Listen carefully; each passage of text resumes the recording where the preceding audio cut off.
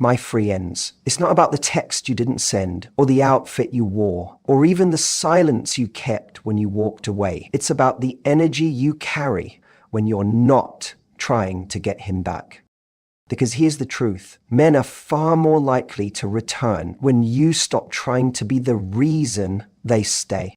When a woman radiates emotional independence, she becomes undeniably magnetic. This isn't about pretending not to care or playing games. It's about genuinely being in control of your emotional world, regardless of whether someone chooses to stay in it or not. Emotional independence means your sense of joy, peace, and self-worth doesn't fluctuate based on someone else's actions. It's the ability to hold space for your own needs, your own life, and your own future, with or without another person validating it. Men are instinctively drawn to women who don't place their emotional well-being in their hands. Why? Because it creates a dynamic that is both unfamiliar and compelling. When a woman doesn't seek validation from a man, when she doesn't contort herself to be chosen, she signals something powerful. I'm already chosen by myself. That's rare. That's confidence. And confidence, when it's not performative, but quietly rooted in self-respect, is irresistible. There's a subtle but profound shift that happens when a woman becomes emotionally self-sufficient. She stops waiting. She no longer waits for the text, the call, the confirmation. She no longer waits for the relationship to define her happiness. And in that shift, her energy transforms. From someone hoping to be noticed to someone who has already claimed her place in the world. This kind of independence disrupts old emotional patterns, especially if a man is used to being the center of her focus. He may have felt powerful before, knowing her mood rose and fell based on his actions. But once she steps into her own power, once she begins to live with purpose and fulfillment outside of him, he starts to notice the absence of her emotional investment. And that absence speaks louder than any message she could send. And that absence speaks louder than any message she could send. When a woman detaches with grace, not out of bitterness, but out of clarity, it creates contrast. Before, she may have responded quickly, shown up first, made herself available. Now, she moves with intention. She responds when she chooses, gives energy to what feels aligned, and stops pouring into situations that leak. This isn't coldness, it's maturity. It's emotional sovereignty. What often happens next is surprising. The same man who pulled away begins to feel a shift in himself. He starts to question. He replays moments. He wonders why she's no longer orbiting around him. That curiosity turns into intrigue, and that intrigue turns into pursuit, not because she chased, but because she didn't. When you are rooted in your own emotional independence, you become more attractive, not just to men, but to everyone. Friends, opportunities, new relationships all start to flow in because your energy is no longer scattered. You are no longer grasping. You are grounded. And the irony, when you stop needing him to return, that's when he often does. You've changed. You've grown. You've remembered your value in a way that no one can take away. Again, that's emotional independence. And that's the energy men remember and often come back for. There's a subtle trap many people fall into after a breakup or emotional distance in a relationship, the urge to win the other person back. It comes from a place of wanting closure, validation, or to return to a sense of emotional safety. But the truth is, the moment you start focusing on trying to win him back, you begin to lose yourself. Your energy shifts from being grounded and intentional to being reactive and externally driven. And that shift is deeply felt, even if unspoken. Trying to get him back often looks like adjusting your behavior to fit what you think he wants. You overthink your texts. You dress in ways you think will catch his eye. You carefully plan your social media posts, hoping he'll see them and feel something. But in doing this, you're no longer showing up as you. You're showing up as a version of yourself designed to provoke a response. And that's not attractive. That's anxious.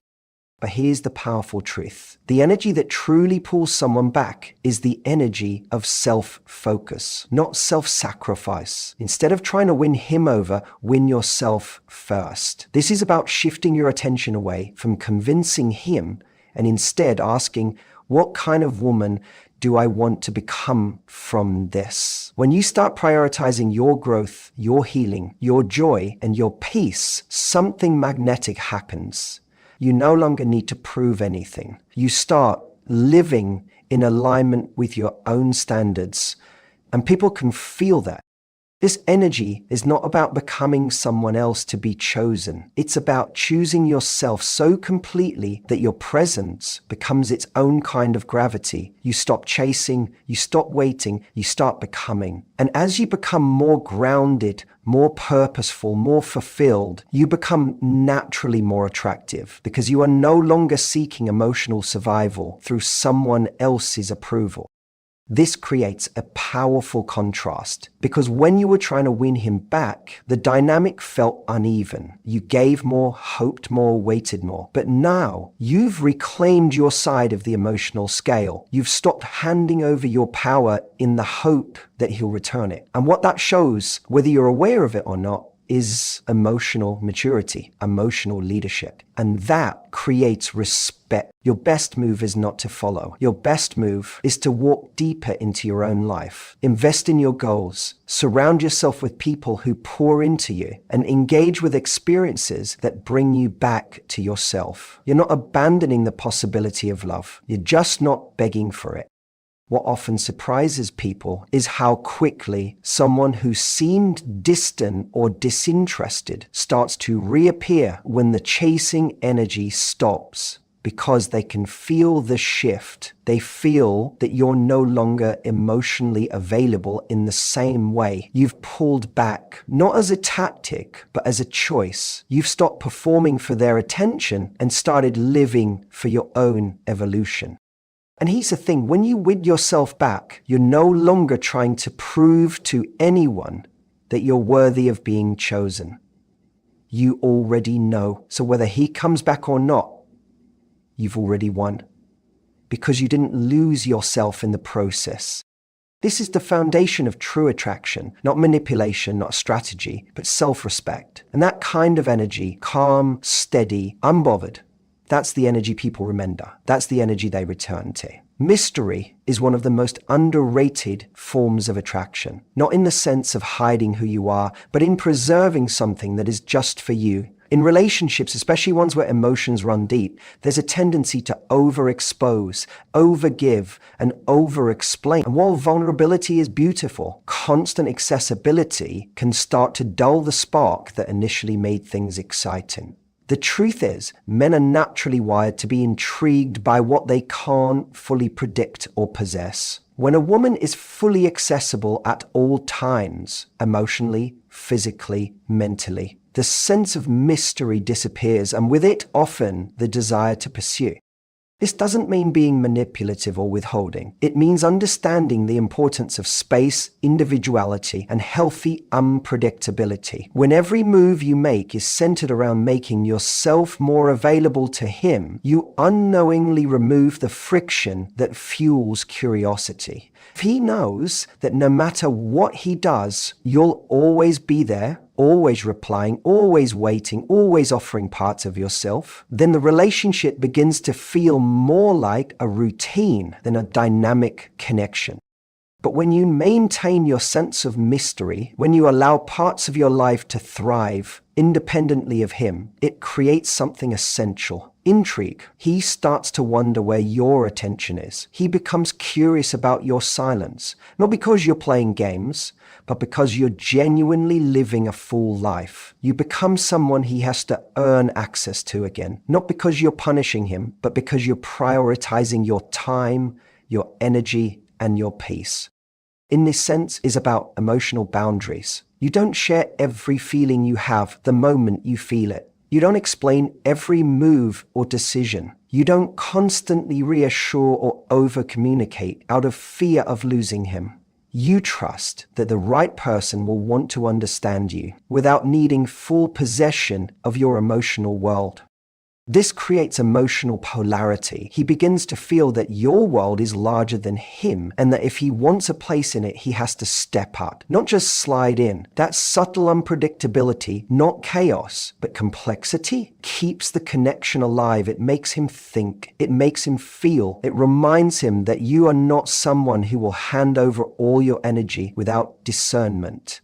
The most magnetic people aren't loud about their power. They don't overshare to stay relevant in someone's mind. They simply live well, intentionally, confidently, and with enough mystery to leave others wondering what it would feel like to be part of their world again.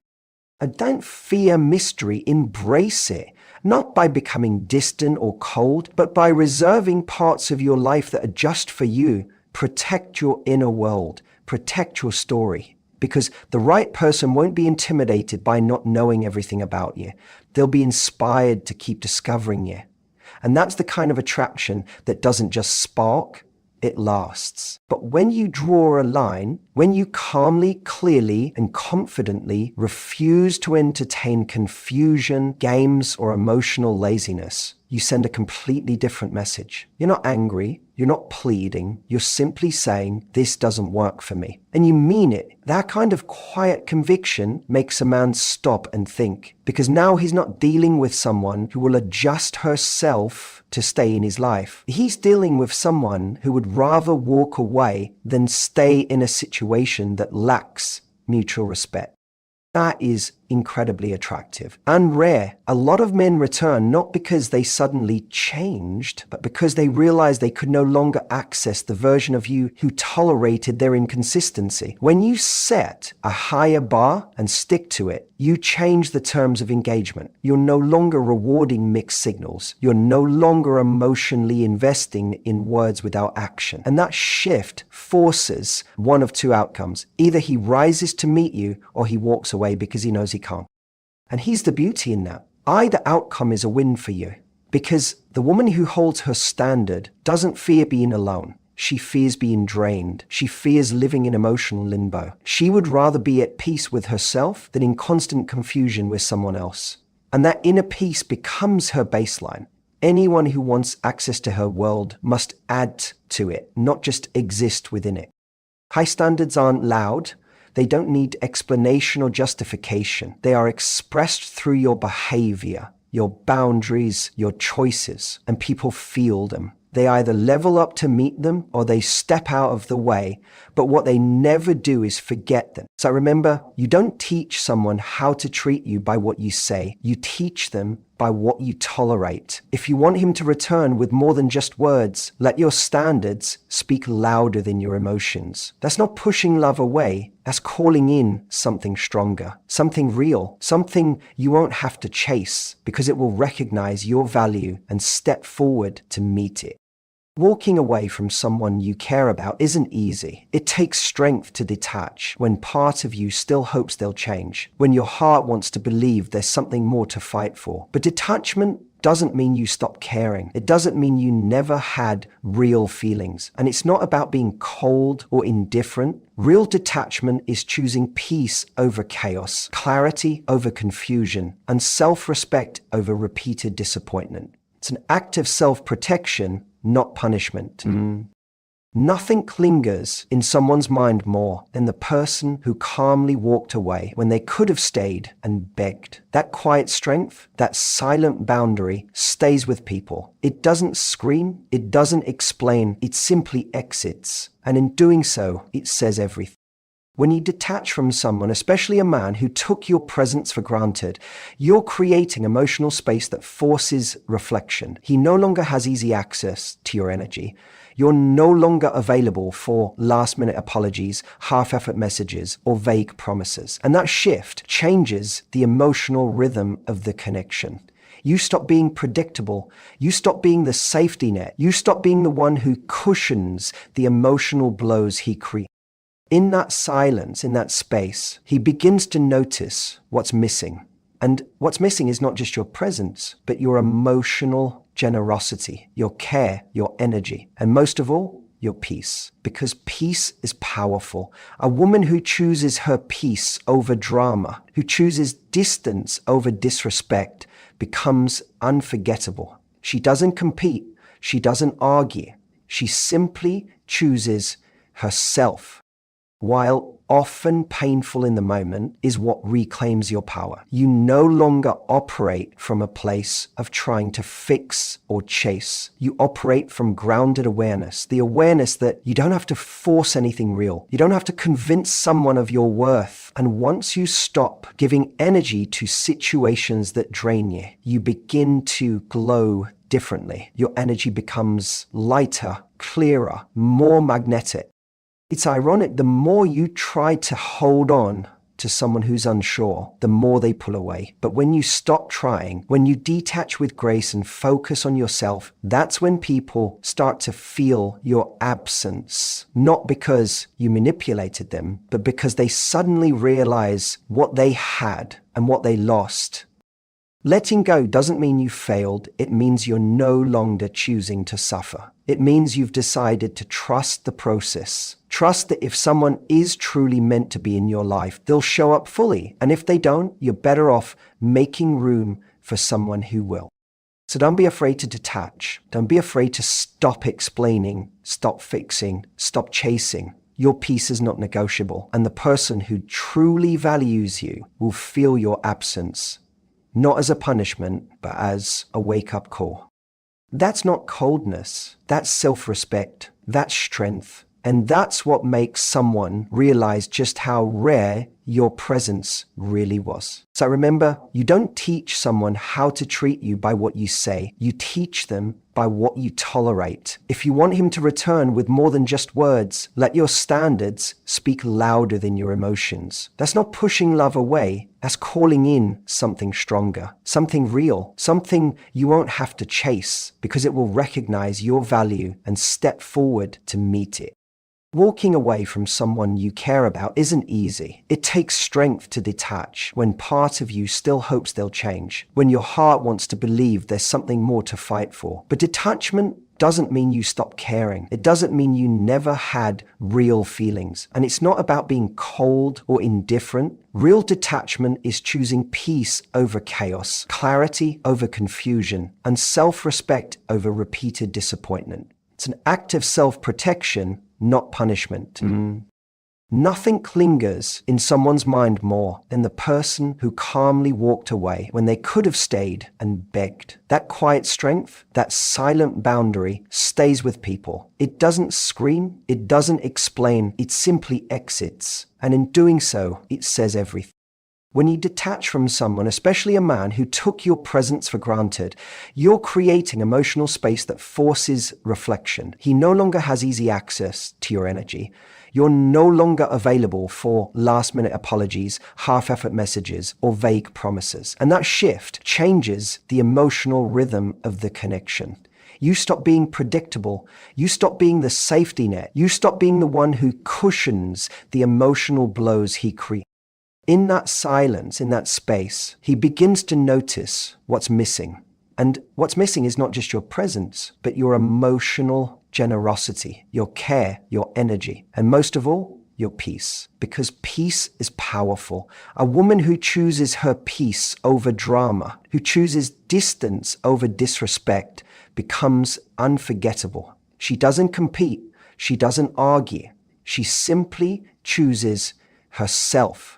While often painful in the moment, is what reclaims your power. You no longer operate from a place of trying to fix or chase. You operate from grounded awareness, the awareness that you don't have to force anything real. You don't have to convince someone of your worth. And once you stop giving energy